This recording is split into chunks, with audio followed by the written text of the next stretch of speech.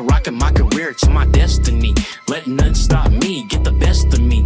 We the chosen ones, what's selectory? Hello, everybody, and thank you for showing up. And thank you for not showing. Yeah. Oh, yeah, this is definitely going to be a good one. And thank you for not showing up, but no, just kidding. Tonight we have a very special guest, and I can't wait to get into that. But before we do, my name's Scotty Carlisle. And I'm Jakey Tamura. And I'm Katryn Mantz. Almost like that was rehearsed. We've had practice.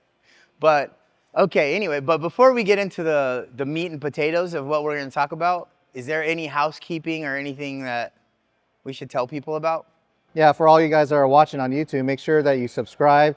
It helps us get the message out there. And then also keep an eye out for our version 2 of our Trajectory app. There's a lot of cool stuff that's coming out in that app, a lot of new features. So stay tuned for that. And then there's our second book launch, right, for the Trajectory. Yeah, we have book 2 coming out pretty soon. I was hoping it would be out pretty sooner than later, but it's a little delayed, but it's worth the wait. Our number 1, of course, was number 1 in multiple categories on Amazon bestseller list. So we hope the same for number 2, but make sure you check that out. Yeah, but there's also something for number 2, like ace in our pocket, that we have a pretty good feeling that we're definitely going to make number 1 best-selling on this one too. So anyway, if you've ever been interested in becoming an author, let us know. Okay, so what I want to talk about real fast too, if you guys have questions about something, like the audience here, feel free to ask, because the more interactive, the better, because we can feed off of each other's knowledge and curiosity. And that's kind of the idea about having people in person. And especially to make our guest feel uncomfortable because everybody's staring at her.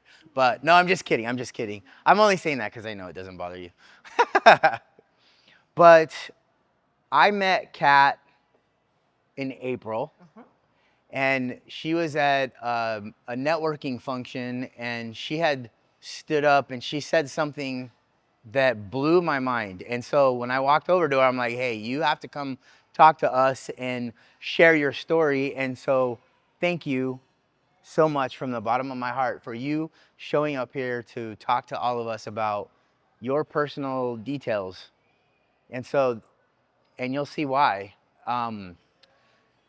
We've all had to struggle through things in life, right? We've got slapped upside the head, we've got knocked down, and the idea of Trajectory is the ways of helping each other knock the dust off your boots, pick yourself up, and soldier on. So I think you are a perfect example of that. And I'm trying to figure out, where should we start? Because you've had some interesting stories, to say the least. Okay, let's just go out. Let's just lead with the front. Like, what is always be positive? Always be positive.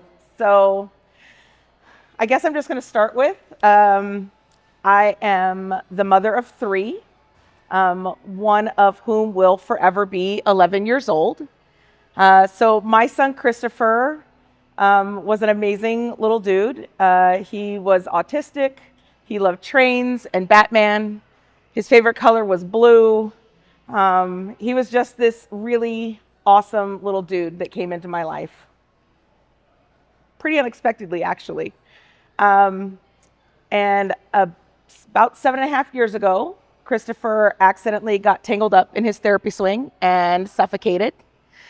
And the first responders did everything they could to save him. They sent him to Kaiser. Kaiser sent him to Loma Linda Children's Hospital. And they did everything they possibly could to save him, and it just wasn't meant to be. Through that horrible tragedy, I found out that my son, Christopher, his blood type was B positive. And so that's what we do now. We come out to this world and we be positive. And he was able to be an organ donor. And with that, he was able to save 5 lives. So both of his kidneys, his liver, his pancreas, both of his heart valves. There are now 5 families whole and healthy, living their very best life because of my little superhero. And so I just choose to always be positive for my son, Christopher.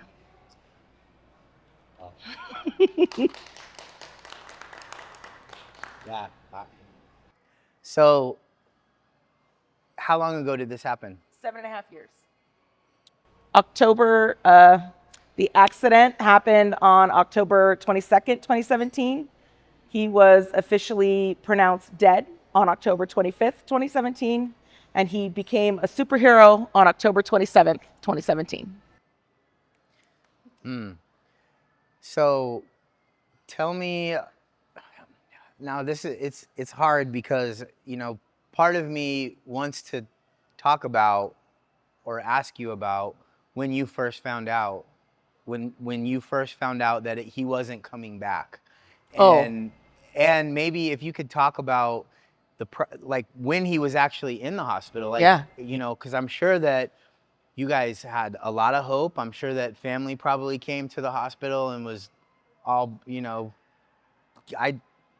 if you don't feel comfortable, Oh, I'm an open book. I'll tell you all of it. I think it's important. What I'm talking about. I think it's really important to know all of the trials to understand the way you climb out of that.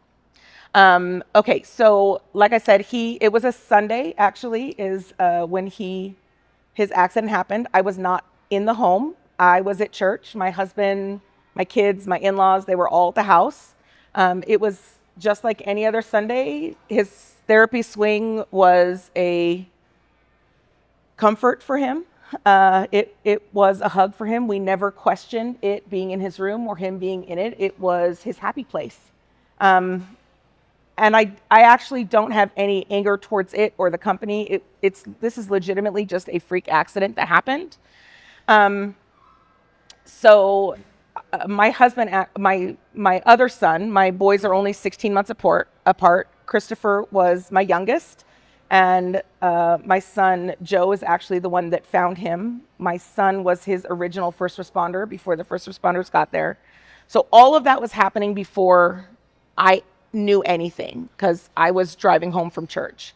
And I got a call from my mother-in-law, frantic. And she didn't fully know what had happened. And she said, Christopher hung himself. And I was like, well, that's not possible. This kid was way too, that's not a thing. But she was like freaking out. And I was like, okay. So my car ended up going warp speed. I broke all traffic laws. Getting to my house, pulled up to my house, and there were 2 fire trucks and an ambulance and a sheriff car. And my house, and I ran into my house, and my father-in-law was at the bottom of my stairs, and he looked at me and he goes, this isn't good. And I was like, okay. And at that same time, one of the first responders came downstairs and grabbed what at the time I thought was the body bag. I thought, that's it. My son's gone. I'm never going to see him again. It wasn't. It ended up actually just being the thing that they used to lift you from one thing to the other. That's not what my brain saw at the time. And they ended up taking him to Kaiser. We met them at Kaiser. We went. I'm telling you, this is a long, terrible, horrible story. We went into the ER at Kaiser, and I said something along the lines of, my son was just brought here in an ambulance. And the look on the face of the person at reception was, oh crap, you're that family. The words weren't spoken, but you know how you can see somebody's face and you know it's not okay? And they took us out of public and around into this little quiet room. And I sat in that room and I just went, okay, well, this is where I'm going to be when they tell me my son's dead. This is where I'm going to be. And I was prepping myself for it. This is how I'm going to find out that my son is dead. And the doctor, I don't know, 2 doctors and 4 nurses, it was like an army, came in to speak with us. And the doctor said, okay, well, we're going to be transporting him to, and I was like, whoa, stop there. He's still here. Yes, we're going to be, no, stop talking, because now I need my brain to actually hear what he's saying, because you're not saying what I thought you were going to be saying. And anybody who has been through any kind of serious grief will know that your brain doesn't fire on all cylinders in grief or trauma. It just doesn't. And I knew I needed to focus and I knew I needed to pay attention. So I was like, you have to stop talking because I'm buffering. So give me a second, right? And they ended up telling me that they're going to transfer him to Loma Linda. And I was like, okay, well, he's still here. So like you said, there was hope. I'm like, oh, like he's not gone. So, okay, we can do something and it's going to be okay. And they eventually took him to Loma Linda that day and ended up getting him he went to the trauma unit there and they stabilized him there and they took him up to the PICU and there was hope. He still had, they hooked him up to an EEG so you could see his brain waves and he still had brain waves and it was like, okay. His eyes weren't open, he was whatever, but like you could still hold his hand and you could, it was all. Was he like squeezing? No, movement? No, he was never really there again. But we didn't know that then. So there, but there is hope. There's like, okay. And so that was a Sunday. On Monday, it was all hope. It was, these are the treatments that we're going to do. These are the medications they're doing to keep the swelling in his brain down. I tried to listen to as much of what the nurses and doctors were saying. I have a teeny tiny itty bit of medical knowledge. So it was like, okay, well, what are they saying? And that makes sense. And okay. And so there just still like was constantly hope. And we got visited by everybody. His ABA therapist, again, he was autistic. So his ABA therapist came, the principal from his elementary school came, everybody, the amount of support was amazing. And so on Monday, everybody was like, okay, and this is going to be a long road, but we're going to get him back and he's strong and he's healthy. And it was extremely, extremely hopeful at that point. On Monday night, we got a call from his night nurse. Said he had some kind of an episode. We didn't know what that meant, but I was like, okay. And we're doing this and we're doing that. And it was really awesome that they reached out to us and continued to let us know even at 2:00 in the morning what was going on and what they were doing. And I don't have enough wonderful things to say about Loma Linda Children's Hospital and the PICU and the nurses and just everybody there. And then Tuesday morning we went back in to see him and we're going to spend the day with him.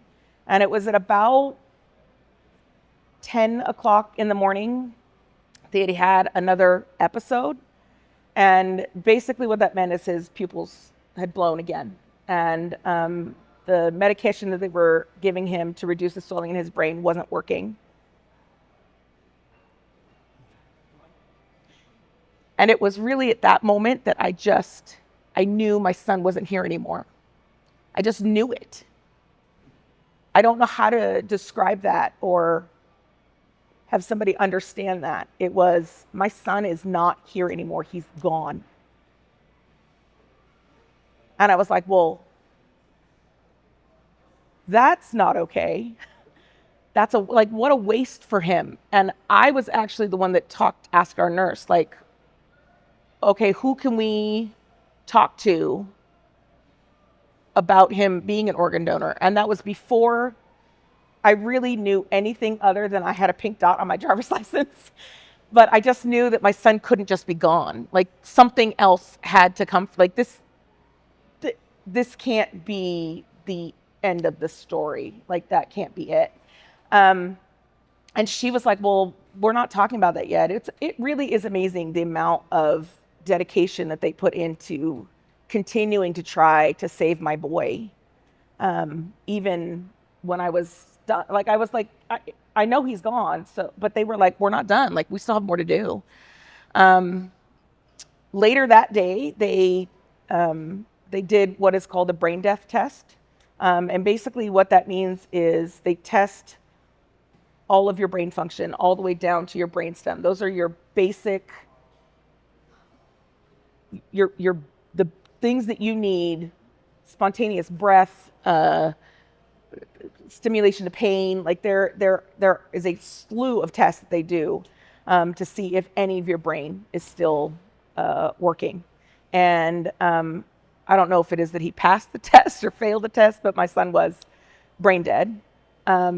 And in the state of California, the way it works is those tests have to be done by independent doctors. So because they want to make sure that there's no conflict of interest, or like the crap you see on Grey's Anatomy about like that guy down there needs this kid's heart, so we're just going to let that happen. Like, Grey's Anatomy has done us no favors. So it isn't that it's so incredibly protected. And those tests actually have to be done a minimum of 12 hours apart in order for them to be legally pronounced dead, because he's still hooked up to machines that are breathing for him. And so his hand was still warm, his chest was still moving, but the machines were doing that, right?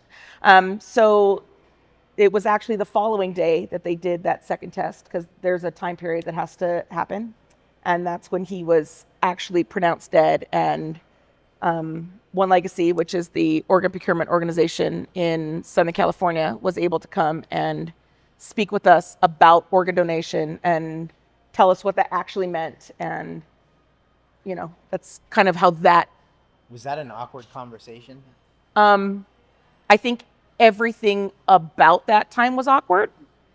And I'm going to be perfectly honest, so much of it is ridiculously fuzzy in my brain.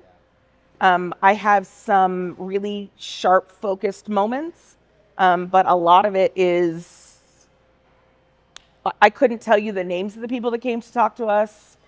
I couldn't tell you what sex they were. I couldn't tell you what ethnicity they were. I couldn't tell you. They were people. And I can tell you how they made me feel, how warm and welcoming and honoring of my son, and what a gift that was to have that kind of respect for him. But I have no idea who they actually are.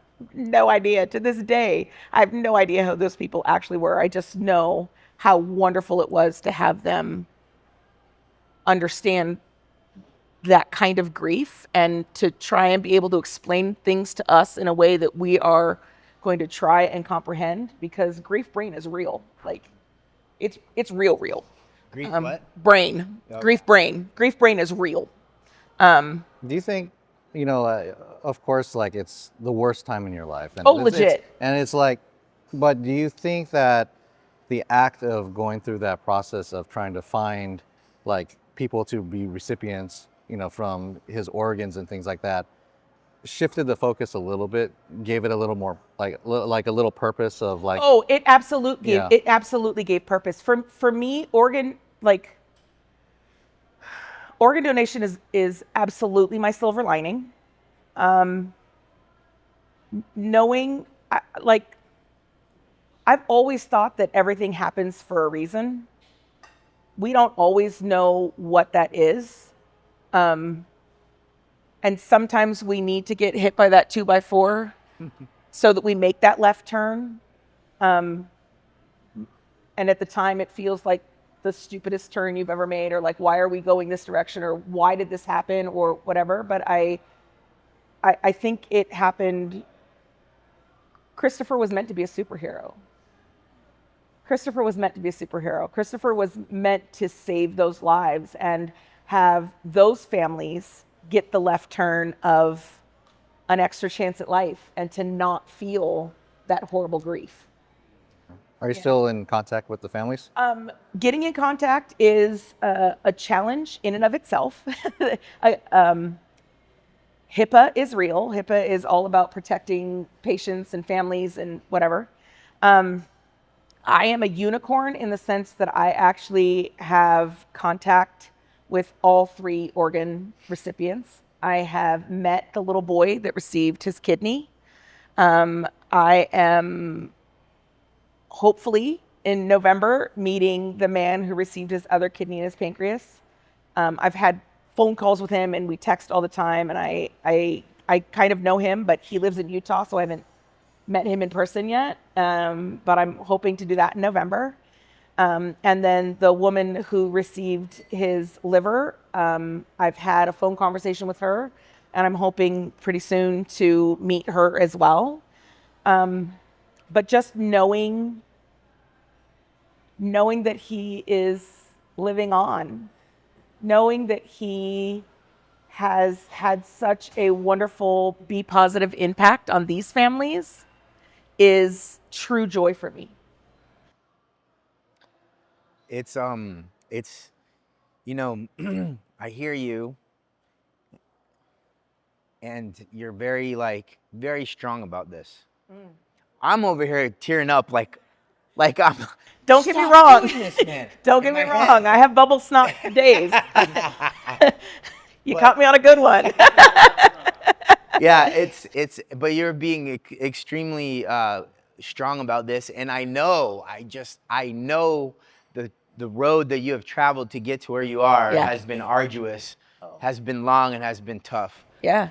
But my question is, how did it turn from, okay, he's a superhero, to be positive? Where did you start going down that? That actually happened really, really early on. Through the organ donation process, one of the things that you have the option or opportunity to do when you are approached for your loved one to be an organ donor is you have the potential of direct donation. So if there is somebody in your life that you know that needs an organ, you have the potential of having your loved one like be their donor. So they basically get to the head of the line of the horrible list of waiting that happens when you are in need of an organ. And because he was 11, we didn't know what his blood type was. But I had a friend whose husband needed a kidney.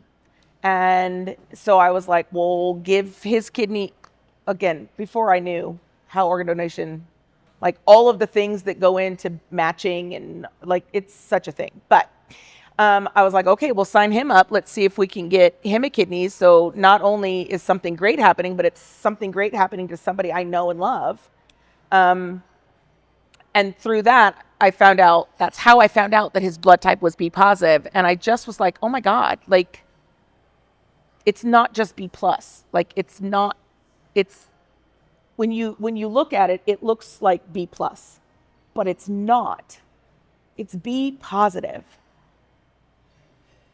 And there was something about that like struck a chord almost immediately. Like, my son has B positive, like flowing through him. Like, that's the way to honor him. That's the way to be able to truly honor who this amazing little human was. Not so little, but is to just be positive. And I'm going to be honest, it's easy to say. It is not always easy to do. And the swamps of sadness are real, and they are strong.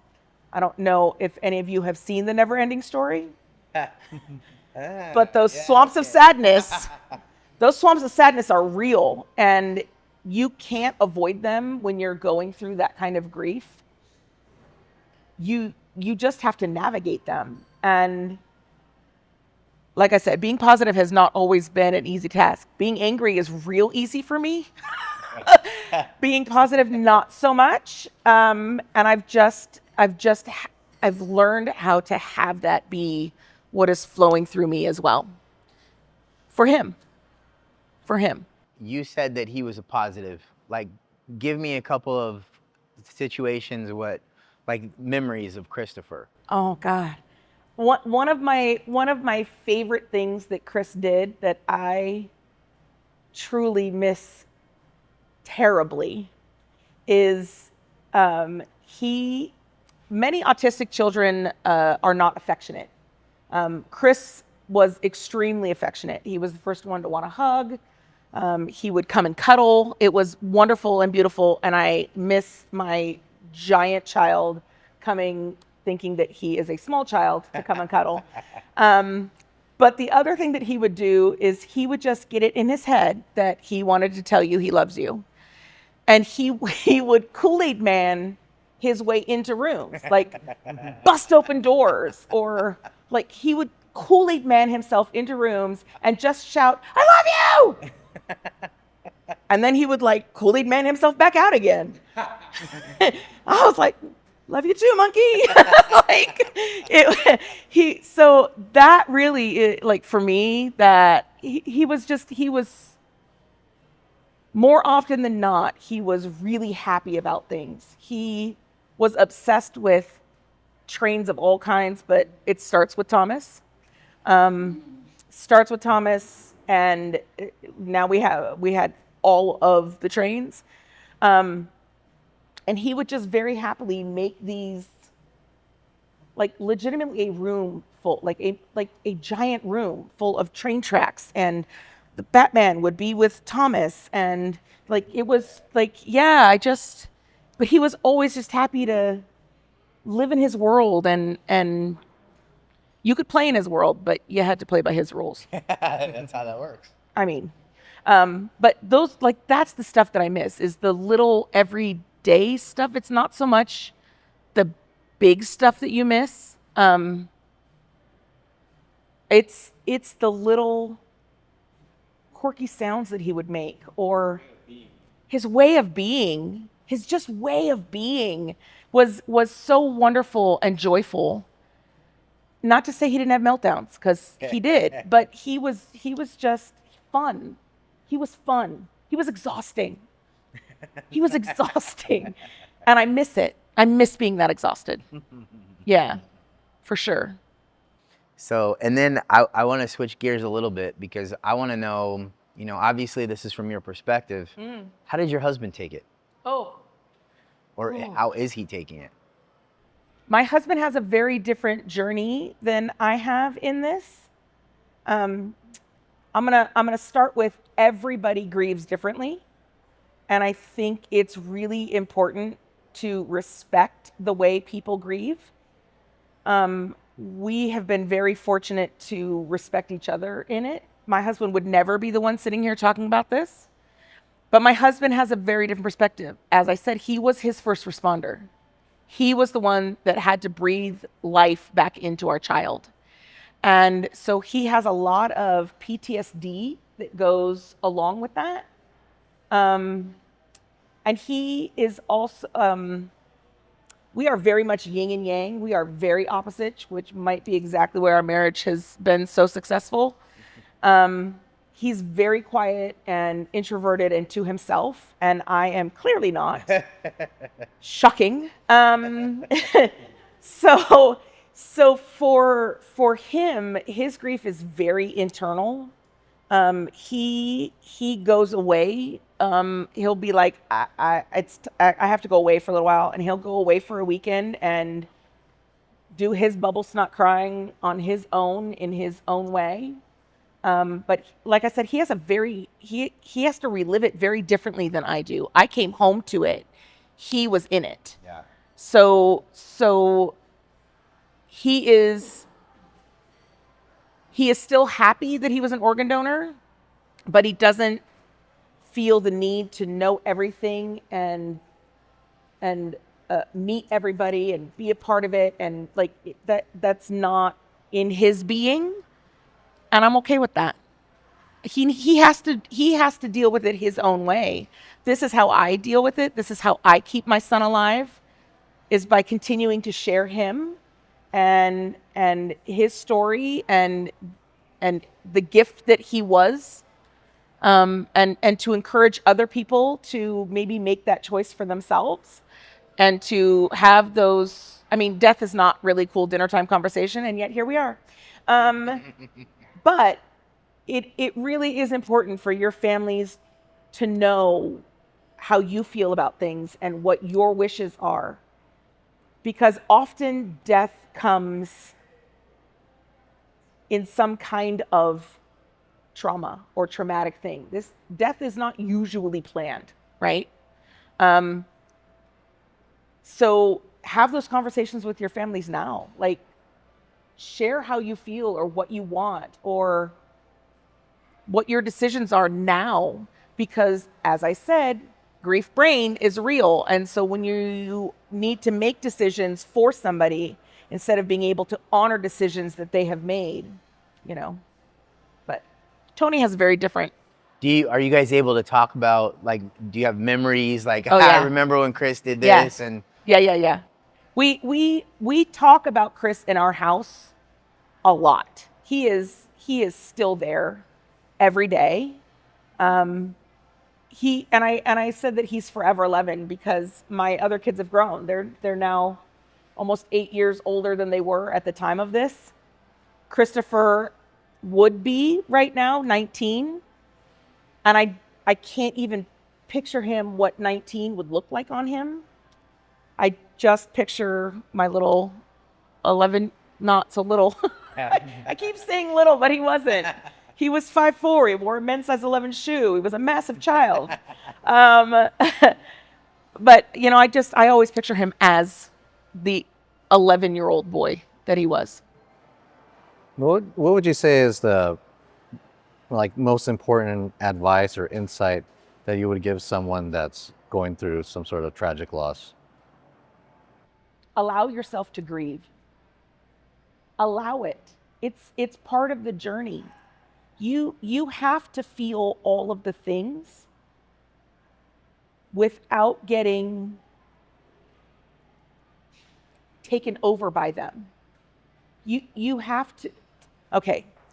They talk about the stages of grief, and I'm sorry, but they're bullshit. First of all, they don't come in stages. They don't come one at a time. They don't come in any particular order. It's not like you've passed this test and now you're going to move on to the next one. They don't have a specific time period. Even now, almost 8 years later, on occasion, I get whacked by a 2x4. I get run over by a bus of holy crap. And sometimes it is a song on a radio. Sometimes it is a smell or, olfactory senses are very powerful, but you have to feel it. If you don't allow yourself to feel it, it's going to come out sideways. So if you can feel it and you can understand it, and hopefully you have some kind of support group that is going to hold you up. And it's not always your family. Sometimes it's your chosen family. Whatever that is to help you navigate through it, but don't get stuck in it. I guess that would be my advice is don't get stuck in it. Allow yourself to feel it, but don't live there. I think it's kind of a fine line between, allowing the grief and then having it overcome you. Do you have like a sense of like when you think it might be too much and you need to? Because I think it's different for everybody. I think it's different for everybody. I don't think that there is a magic switch or a magic time for it. Even both of my other children have very different journeys. My oldest really struggled with it. Joseph, my middle child, who's the one that found Chris, was able to put it in a box and move on. And he visits on occasion, but is able to like really live a life without wallowing in it.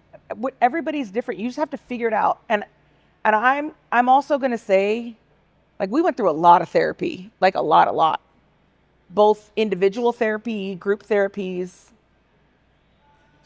I think it's really important to talk about it because everybody's had something. None of us have gone through life unscathed. That's true. Everybody has had something. I think the other advice that I would give is to people who are friends with or family with people who are grieving. Support that. And just because you've moved on doesn't mean they have. And they don't have to move on in your timeline. Continue to support them. They're having a bad day. Be with them for that bad day. Continue to support them. Because that happens a lot. Like, I have a lot of friends that aren't friends anymore because I'm still going through it, right? And they're like, well, I can't be a part of that anymore. Or you're always talking about Christopher. And for me, talking about the loss of a child makes people worry about the loss of their own child. Yeah. It's not a pleasant thought. No. And honestly, I hope there are no other club members to this horrible club that I belong to. But the reality is there will be.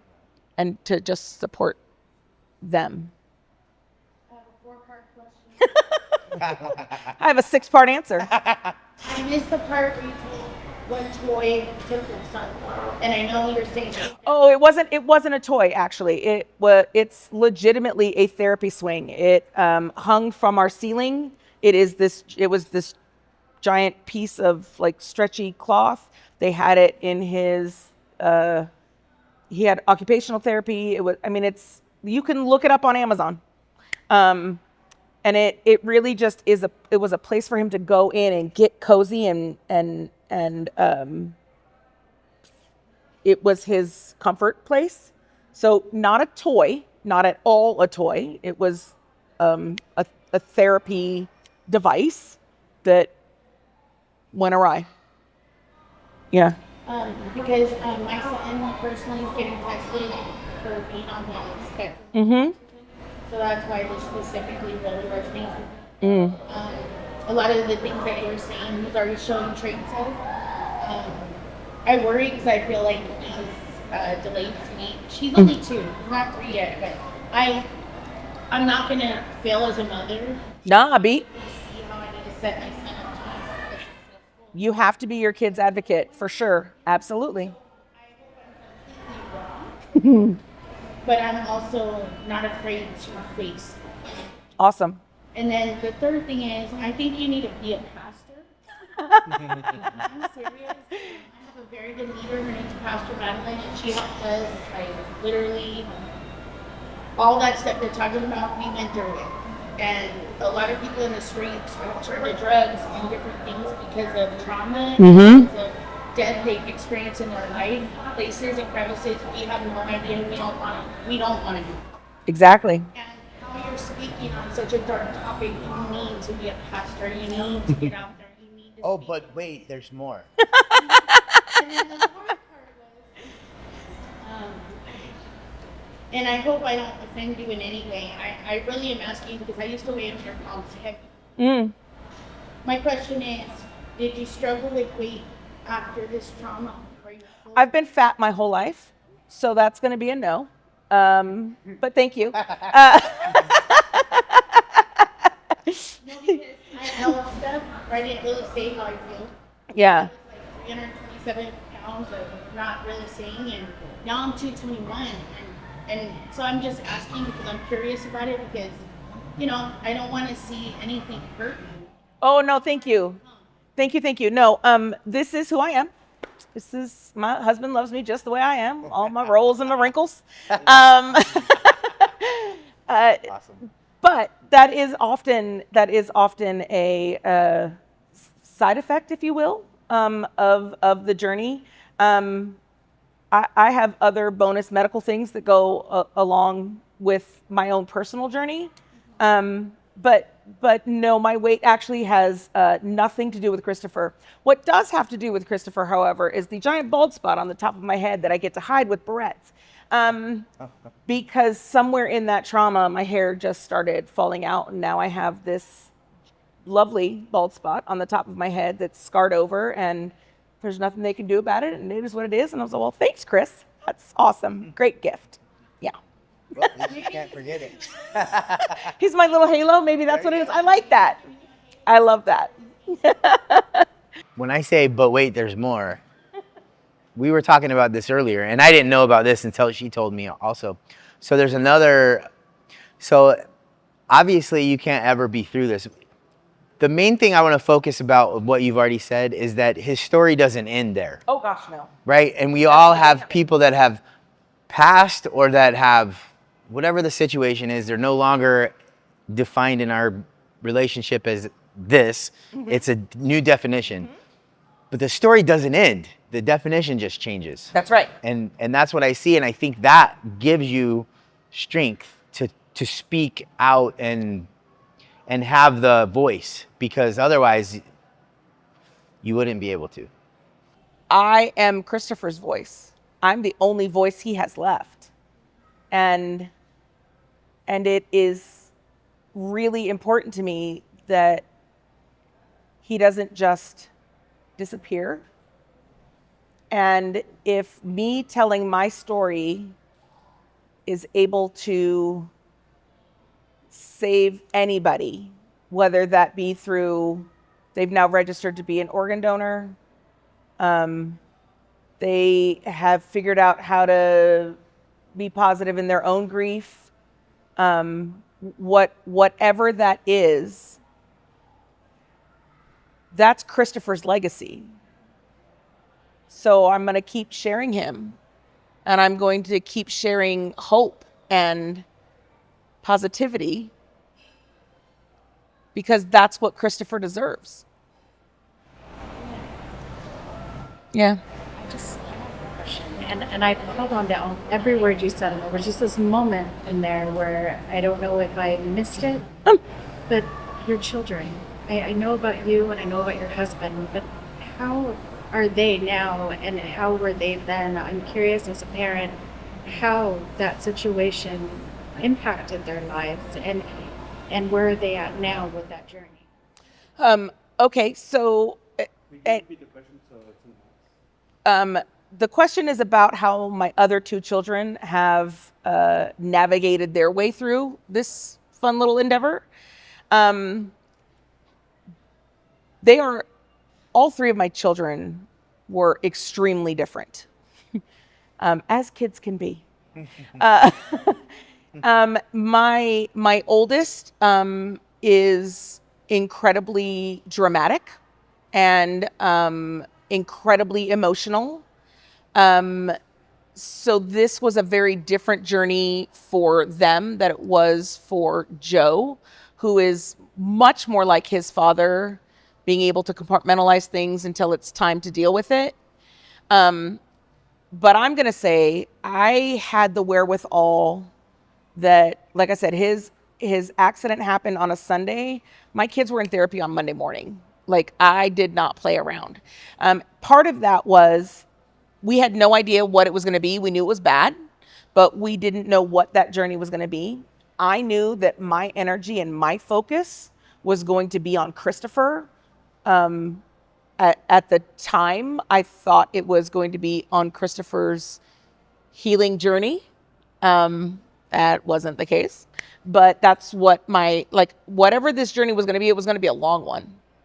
And I needed to make sure that my other two children weren't left in the dust, right? That they weren't just forgotten, because all of this energy is now on this kid in the hospital, that they get left to the wolves and don't get the kind of support that they need.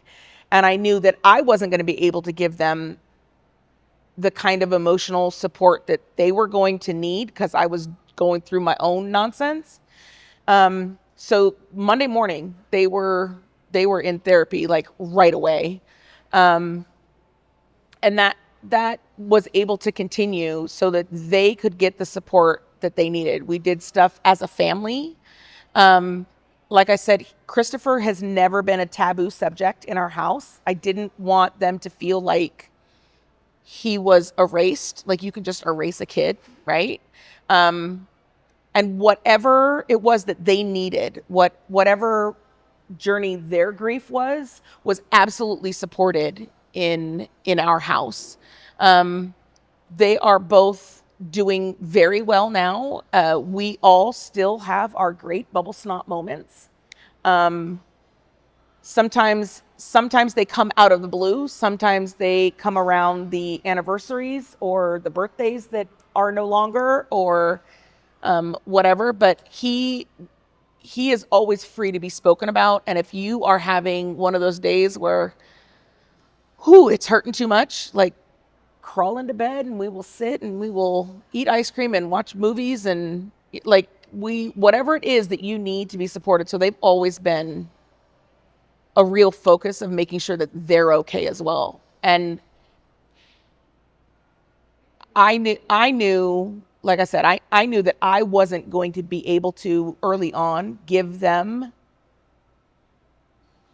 what they needed. So I made sure that somebody else did. I try. I've not always been successful, but I do try to be a good mom. So Yeah. there's the mom, and then there's the spouse. Now let's get into the other thing. Okay. Do you want to tell him, or you want me to? About my husband and his journey? Yes, I want you to. So 3 years prior to losing Christopher, we had another awesome bus come and run over us. My husband got diagnosed with MS. And that was also incredibly life-changing. He physically couldn't do the job that he was doing. Getting diagnosed was an interesting journey. Medicine is a practice, and they're still doing it. I have to say, you have to be your own advocate. And if you're not getting the answers, or if you're not being heard, go to another doctor until they actually hear you. And that's part of what happened with Tony. He got diagnosed. He's a musician. He wants to be a rock star in his life. That's not how our world turned out. So we've always had real jobs, but then he's also a musician, a drummer, and it was becoming too hard for him. He wasn't able to use one of his hands. His feet would drag. We couldn't figure it out. They thought maybe he had a pinched nerve. And so we went from doctor to doctor and physical therapy, and that's not working because that's not what he had. And eventually he had his MRI, and the doctor who asked for the MRI didn't want to give us the results of the MRI. So that's a red flag. And ended up sending us to a different doctor, and that's how we found out that he had MS. So that is also another good 2x4 to the back of the head and figuring it out. What is MS? Multiple sclerosis. I'm sorry. But what does that mean? Multiple sclerosis. So basically what MS is, it is your immune system attacking your nervous system. So your body is literally fighting itself. Your immune system has declared war on your nervous system. So he has a couple of lesions on his brain. And for those of you who don't know, when your brain gets messed up, it doesn't regenerate. There isn't that, whatever happens in there, it's permanent. It happens on your spinal cord. If you get some kind of lesion, it basically leaves a scar on your spinal cord. And your brain and your spinal cord are basically an electrical system. And so if there's a bad wire or a disruption in that electrical system, things misfire and things don't work the way they're supposed to. And so that's basically what MS is it's bad electrical work. And there's no cure for it? There is absolutely no cure for it at all. There are treatments for it.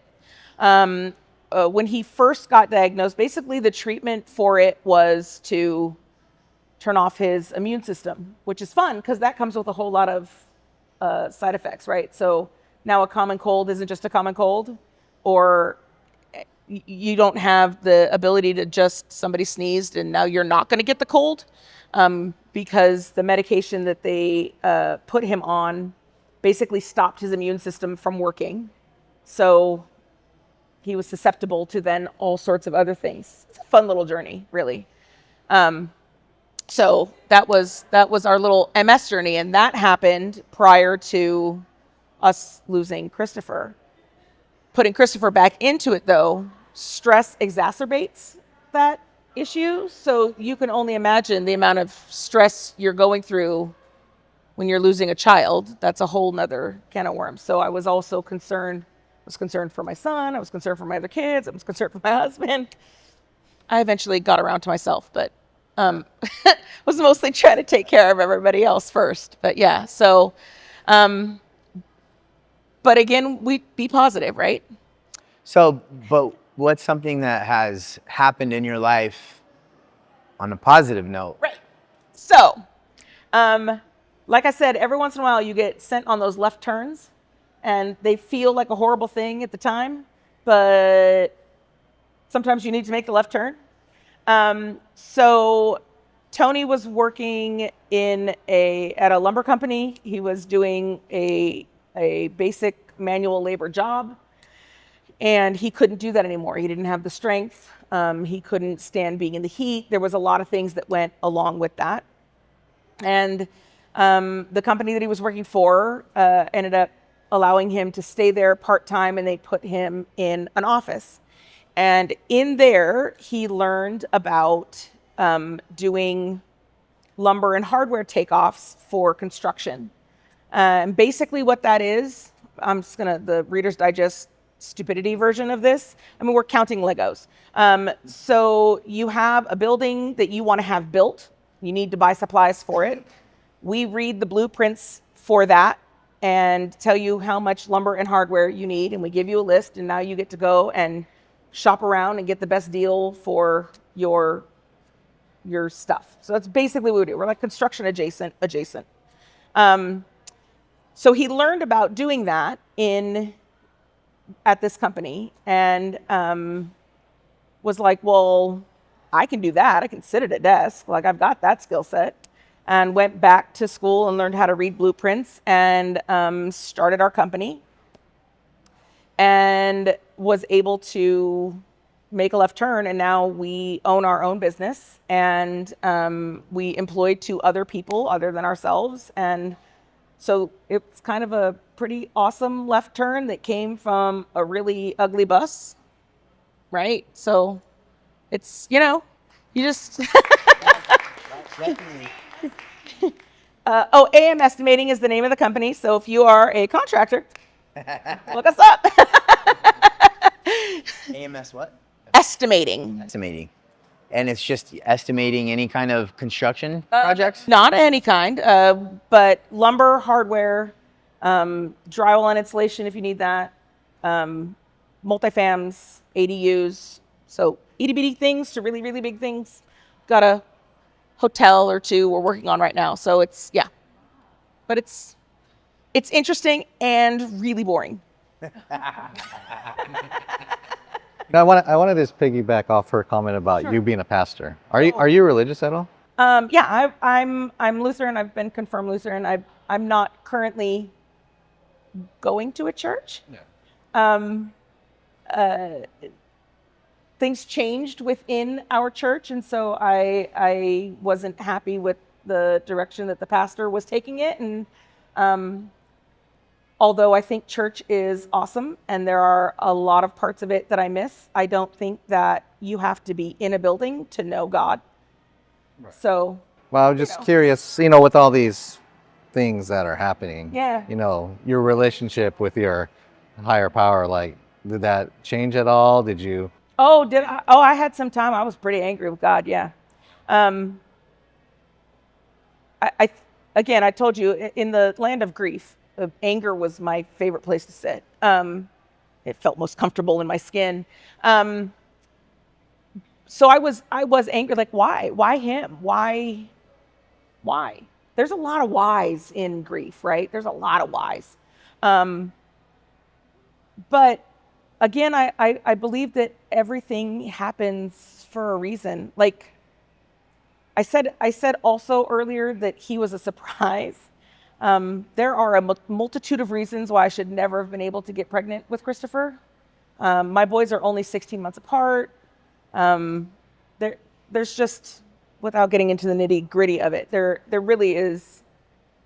He was a shock.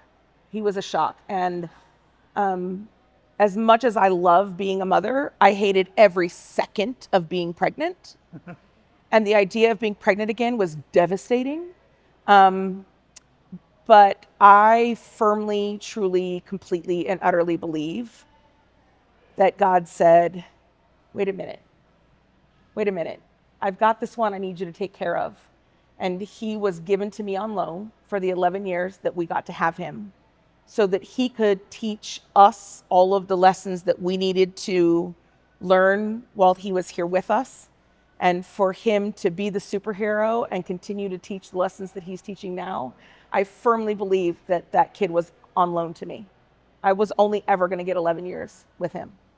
Yeah, one of the things you said before we even started our podcast is, you believe whatever is going to happen is going to happen. It's going to happen. Right? So yeah. You kind of have that feeling that it's all planned out for us already?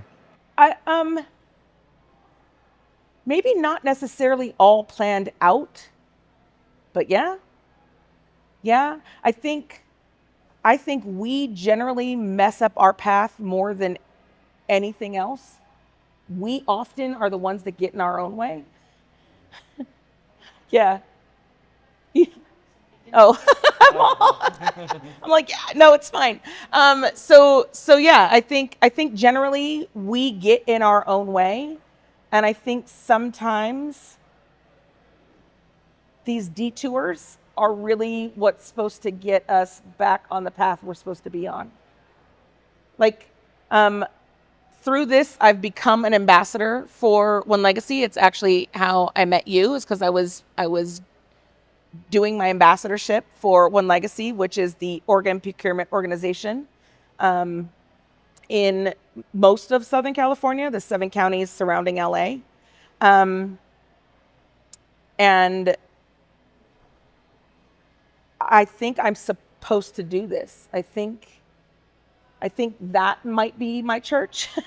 That might be how I come out and I'm able to, my ministry for sure. Because that's kind of what I'm doing today, right? So, yeah, it's my journey.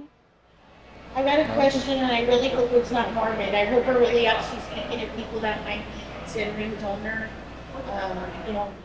donating organs. Mm-hmm.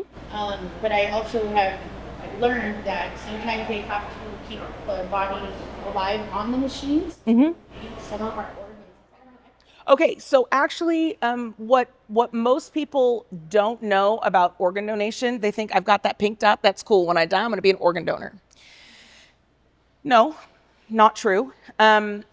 There is a very specific way you have to die in order to even be considered an organ donor. Like, everything has to go wrong exactly right in order for you to be able to be an organ donor.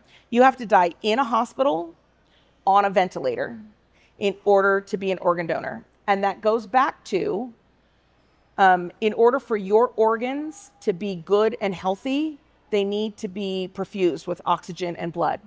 And so that's why being on those machines is important for the health of those organs and being able to save the additional lives. So again, TV has not done us any favors. You die in a car accident on site, you can't be an organ donor. They legitimately have to do everything they possibly can to save you before you ever have a chance of saving somebody else. It's one of those myths that's out there that I want to kibosh. Yeah. Yeah, one of the things I never really thought about is, I always thought organ donation was just kind of like for me to feel like, okay, when I'm gone, I could do something positive. But it kind of sounds like it's also not only for you, but for your loved ones. Because like the final thought of, your existence here doesn't have to be a negative one. It could be a positive one of you saving somebody's life. So, but I'm sure not every person thinks the same way. Like, like that's why you said have conversations with family about the future. I mean, what's your experience or what's your thought about approaching that conversation to say, like, it's more framing that it's going to be, changing the narrative of your end to be almost like a beginning for somebody else. How do you like express that to? Absolutely. Well, for me, like I said, it's my silver lining. Like I would not be sitting here this okay, this happy, this able to smile had Chris just been gone, right? It's not that I don't grieve him, and it's not that I would give anything in this world to just hug him one more time. I would take a second of him again. But he's still here. He's not living in my house, but he's still here. And for me, that made all the difference. Like it makes, I still had to go through all of that horrible grief stuff. I still had to be angry, and I still had to have that tsunami of sadness, and I still had to trudge my ass through the swamps of sadness. Like I had to do all of those things to get to where I am here. But that journey would have been so much harder and so much worse had there not been that beautiful, positive, wonderful thing that came from this. That I get to know that there are 5 families that didn't have to go through that journey and those swamps of sadness. I also think it's important for people to know,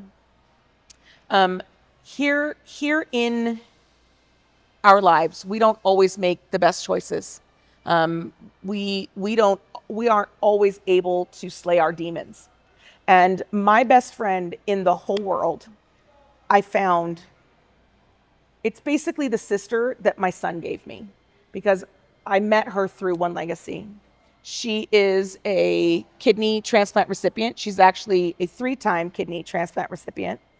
And her last kidney came to her from a woman who passed away smoking heroin. She did not beat her demons, but her legacy is one of life and hope and survival. And the amount of,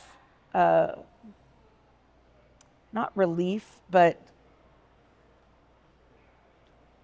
peace, I think, that it has given her children, because I've met them as well. My friend was able to meet the children of her donor, and I was able to be there with her. And the amount, I think, of peace that they get knowing that something beautiful came from something so unfortunate is also incredibly healing to them.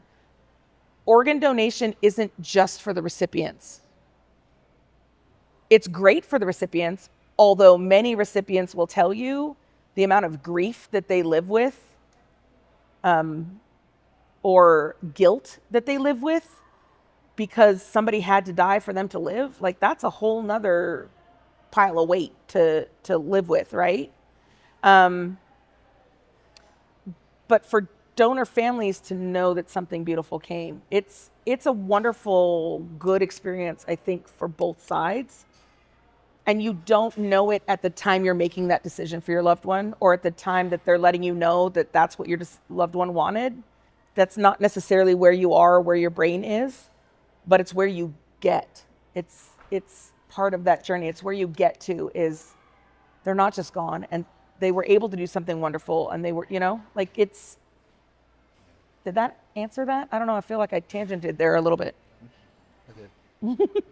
Yeah. Okay, so, and if you guys have any questions, that's fine. The last thing I want to touch on before, we pull it all together is there's a story about your dad. Yep. So, my father lives in Wisconsin. My parents got divorced when I was 3. He stays in Wisconsin. My mom came here. But he's absolutely been an amazing part of my life. I've spent growing up every summer and every other Christmas, I was there in Wisconsin with him. And when I was in the 5th grade, he was working, again, another yard dog, menial labor job, making culvert. And Wait, what's culvert? for those of you who don't know, because there's water in the Midwest as opposed to what we don't have here, and there's land in the Midwest as well. Culvert is like corrugated metal pipe that is used for drainage and whatever. And the most common place that you're going to see it in the Midwest is going to be like under a driveway, because there's the ravines, and then your driveway has to go over that because, again, snow and water, they get all of it. We don't get that here, so nobody here knows what culvert is. But at any rate, he was working for a company, and he was feeding flat sheet metal into the machine that made it wavy, right? And his glove got caught and sucked his hand in. And my father was left-handed, and it sucked off, smashed really off all of the fingers on his left hand. I know it sounds gruesome. It is. And through that, I mean, that was a long recovery that happened with that. Eventually, they transplanted not his big toe, but the tall toe next to your big toe onto his hand because, again, he's left-handed. So he has this, we call it his tinger. We call it his tinger. And so he has his tinger, so he can write left-handed again. He had to learn how to write right-handed for a while. So he ended up with this tinger. And also through that process, the company that he worked for, they invited him into the office to do sales and like just change up the job that he had, which was perfect for my dad, because my dad, very much like me, is a talker, and like sales was exactly where my dad needed to be. And eventually the owners of that company sold the company to somebody else. And it was a little bit unpleasant. And so my father was like, well, okay. And he pieced out, and he started his own culvert company, and ended up doing that for 30 something years. Just recently retired. It completely turned his life around. He went from, at one point in his life, being on food stamps to he's fully retired and living off of his retirement, and is able to support other people. He had a staff of about 10 in the middle of the summer, probably more than that, because winter's real in Wisconsin. And so, again, that's a giant left turn that you're like, oh my God, my life is over. It's the end. And it really ended up being the best thing to ever happen to him. Do you think that story and that experience influenced you and your husband's idea to start the company? I don't know. I think maybe. My husband hated what he was doing, so he was trying to find any way out. But I am sure that success ended up driving him for sure. Yeah. So we've had a lot of left turns in my life and in my family. It's been an interesting ride for sure, and it ain't over yet. Nope, it sure is not. So, in case if you guys don't have any other questions, I have just one question for you. It's probably a two-parter. So you mentioned that you went through your swamp of sadness. Yeah. You went there for a time. About how long would you say you went through that grieving period until you had the motivation to start speaking and telling this story? Oh, okay. Pulled you out of it. If there was a moment of clarity, some kind of experience that actually did it for you. I'm not sure that there was like a moment of clarity for me. For me, is I didn't like being there. I found it incredibly uncomfortable to be there. I even prior to Christopher passing, I didn't like to wallow. Not good at wallowing. I don't have the patience for it. But I knew I had to go through it. Like at one point I heard something along the lines of, the level of grief that you feel is equivalent to the amount of love that you had for that person. And when I heard that, I think that may have been a tipping point for me, because I was like, well, my love for my son is unlimited. Like, there is no limit to the amount of love that you have for your child. So clearly my grief is going to be unlimited. And I was like, okay, but I'm not going to be living in these swamps of sadness. So we need to figure out something else. And the way I became an ambassador, I didn't even know it was a thing. But we, as a family, kept trying to do things to honor him. And one of the things was Loma Linda was hosting a 5K for the blood bank. And One Legacy was a sponsor of that 5K.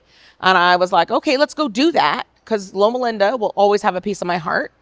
One Legacy it will always have a piece of my heart. So I was like, okay. And so as a family, we went, and that was not quite a year in. So that was like September of 2018 that we went and did that. And it just so happened that one of my friends that was there with me knew a guy who knew the, I think, COO at the time. He's now our CFO or CEO, but I think he was a COO at the time. And he was like, here, let me introduce you to this guy. And I remember going up to him and babbling something about, thank you for organ donation because it has made all the world, and my son lives on. And it was not coherent. I'm telling you right now, it was not coherent.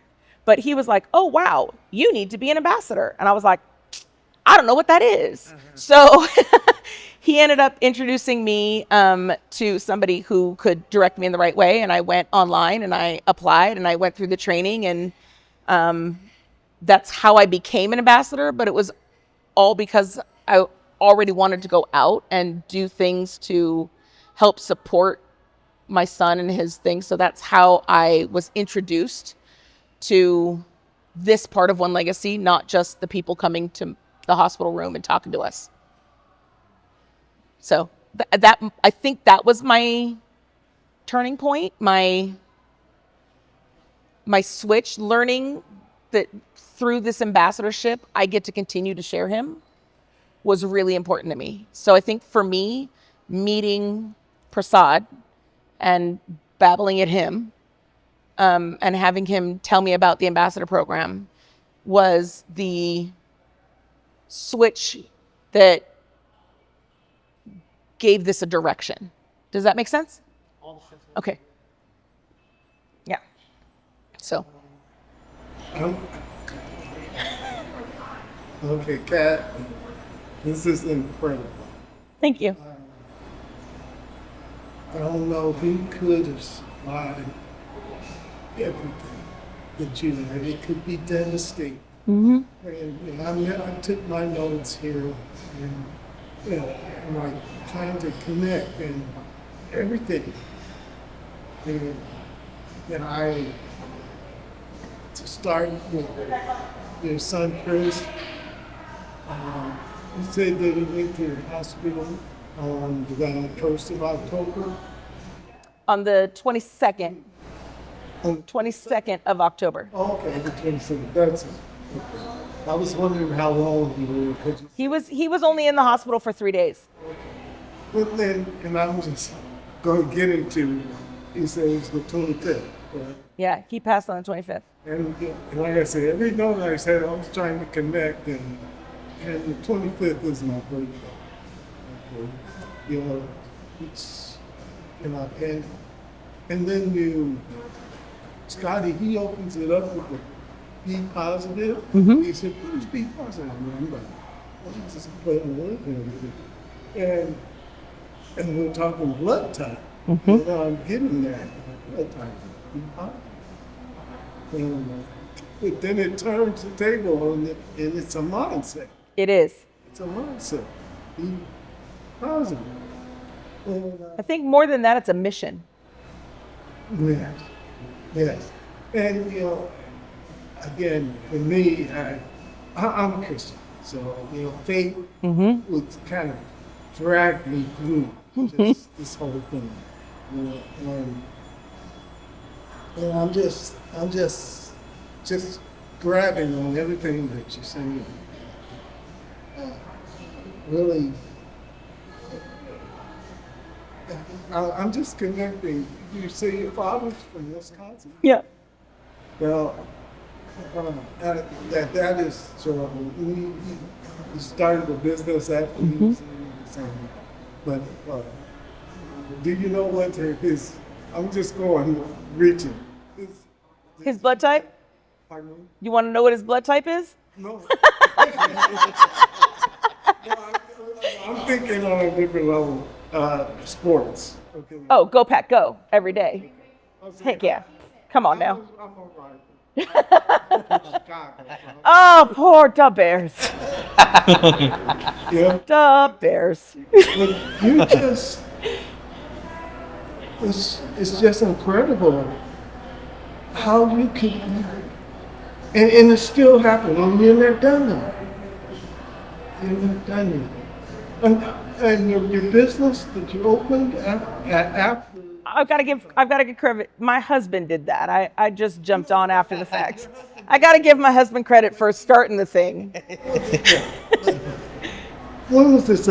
2018? He actually started it in 2016, I think. Oh, and then it's still going strong even through the pandemic. Oh yeah. That's incredible. Yeah. That's incredible. And We really, I know that all of these stories don't sound like it, but we have been so blessed in our lives. and that's what I'm saying. We've been so blessed in our lives, and to recognize your blessings, and to recognize that your left turns are sometimes your blessings. It's grace. Oh, it's grace. Amen. Amen. That you being here today is truly a blessing. Oh, thank you. Hearing you is so inspirational. I mean, if you've changed my life, I know that for sure. And just hearing it, and I'm truly blessed to have met Christopher through you. Thank you. And to see the beautiful hero that he is, and he did a true hero thing all over. Yeah. Like, you know, when you think about a hero, and they did it worldwide. I mean, he did. He reached. I mean, come on. He did. What a blessing. So what I haven't shared with you is that the man who received his kidney and pancreas, his name is Christopher. Oh, wow. Right?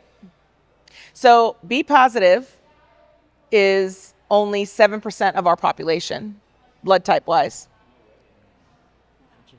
You want to tell me that things aren't meant to be? That Christopher's going to save a Christopher? Come on now. It was meant to be. Yeah. You know, Christopher's body saved 5 people, but his story has infinite possibilities. And I'm here to share it. Thank you. Whew. That's, damn, man. I try not to get all choked up, but damn it. It's a very inspirational story. Like you, I'm inspired too. It has infinite possibilities. And I think the biggest thing, again, and I didn't know half of it until tonight, but I know you got like a yeah, I had like the tip of the iceberg. And I'm like, yeah, I recognize that, but I had no idea. But thank God. Thank you. See, that was thanks God. So you're here. And hopefully your story gets out even farther, right? Christopher's story. That's right. But the biggest thing for me is that your basic attitude, and that people go through shit every day. Well, maybe not every day, but yeah, somebody every day. But a lot. But it always comes down to the choice. And and maybe right now there's something that you're struggling with that is consuming you, and that you don't have an answer, and that you're like, why, God? Why is this happening to me? This isn't fair. Whether it has to do with your work, whether it has to do with your health, whether it has to do with the loved one, whether it has to do with anything that you just got a bum rap or something, it's not over. It's not over. And you have the choice, and you have the opportunity, the unlimited opportunity. And so it all depends on, I liked what you said, mindset, but then you said mission. Yeah. Some bitch. Right? Think about that. Yeah. That hit me because I'm like, yeah, mindset. And then she said no mission, and I'm like, that's Because it's more than a mindset. I have to every day make the choice to be positive. I am not always successful. I will be the first one to tell you I am not always successful. But it is my mission to be positive. It is my mission to share Christopher. It is my mission to let people understand about organ donation and the gift it truly is, that it's not just a pink dot on your driver's license. It is life-changing, not only for the people that receive it, but for those of us who are grieving it. It's my mission for everybody to get it. And I'm not saying you have to register to be a donor. I encourage it, but it is absolutely a personal choice. It's everybody's personal choice. But make it an educated choice, right? I love you. You're beautiful. I know. I mean, Thank you. you know, Christopher is definitely a superhero for what he's Oh, done, but amen. you're not too far behind him. Aw, thank you. Yeah. I'm The- I'm Yeah. just the vessel for the mission. Yeah, but the amount of people you can help and change is, yeah, you'll be doing a good thing. for Thank sure. you. Thank you. Thank you for this opportunity to share Yeah. him. Thank you guys for showing up and supporting, because, you know, we couldn't do this without everyone. And thank you too. And maybe we'll see you here next time, or maybe we'll see you back there again. But either way, again, from the bottom of my heart, thank you guys and gals and anyone else, anything else, whatever. You know, we love y'all. See ya. Awesome.